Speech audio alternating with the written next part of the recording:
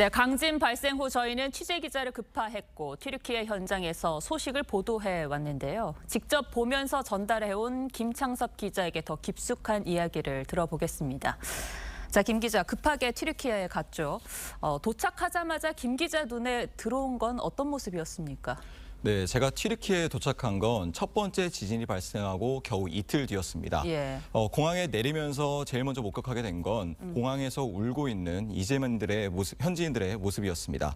제가 재난의 현장에 왔다는 것을 실감할 수 있었습니다. 아마 울고 있었던 분들은 그 피해 지역에 뭐 가족이나 지인분들이 있는 그런 분들이었겠죠. 네, 곳곳에서 가족 걱정에 지진 현장으로 가는 수많은 사람을 만날 수 있었습니다. 예. 여러 비행기가 지진 피해 지역으로 가다 보니 비행기도 연착됐는데요. 저희 취재팀도 이스탄불 공항에서 4시간을 기다린 끝에 지진 피해 지역의 한 도시인 아다나로 갈 수 있었습니다. 실제 재난 현장에 도착했을 때는 지금 공항에서 느꼈던 감정과는 또 다른 감정을 느꼈을 것 같아요. 어땠습니까? 네, 가장 피해가 심각하다는 하타이주에 들어가면서부터 지진 피해를 실감했습니다. 예. 하타이주의 이스켄데룬이라는 도시에 초입에 들어서니 옆으로 쓰러진 건물들이 굉장히 많았습니다. 사실 저도 그렇고 김 기자도 이제 피해 현장에 직접 가기 전에 화면으로 그 현장의 모습을 좀 봤었잖아요. 화면만으로도 분명히 처참한 모습이긴 했습니다만 직접 보니까 또 어땠습니까? 네, 이스탄불 공항에서 만난 현지인들은 저에게 몇 번을 조심하라고 했는데 사실 그렇게 크게 와닿지는 않았습니다. 네. 하지만 큰 건물들이 무너지는 걸 보고 생각이 달라졌는데요.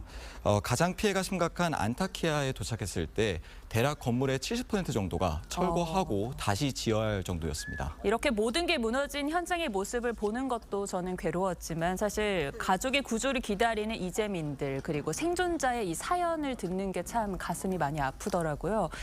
실제로 좀 기억에 남는 사연이 있습니까?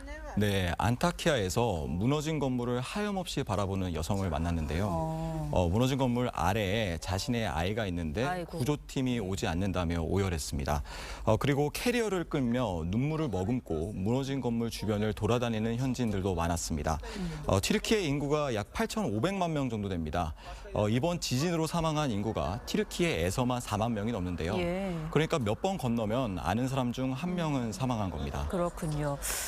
김 기자는 도시 몇 군데를 둘러봤습니까? 네, 저희 취재팀은 10곳 이상의 도시를 직접 돌아다니며 취재했습니다. 가본 곳 중에서 가장 피해가 심각했던 지역은 아마 진앙지와 이렇게 가까운 곳이었습니까? 꼭 그렇지만은 않았습니다. 그래요? 하타이주의 안타키아 상황이 제일 심각했는데요. 예. 하타이주는 시리아와 국경을 맞대고 있는 지역입니다. 그렇다 보니 시리아 난민도 많이 살고 또 튀르키예에서 상대적으로 개발이 덜 된 지역입니다.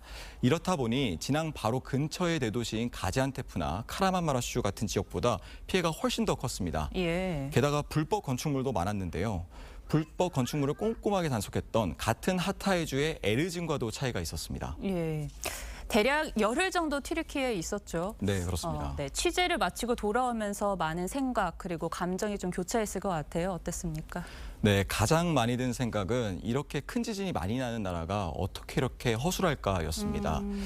튀르키예는 1999년 규모 7.6의 지진으로 17,000명이 넘게 사망한 나라입니다.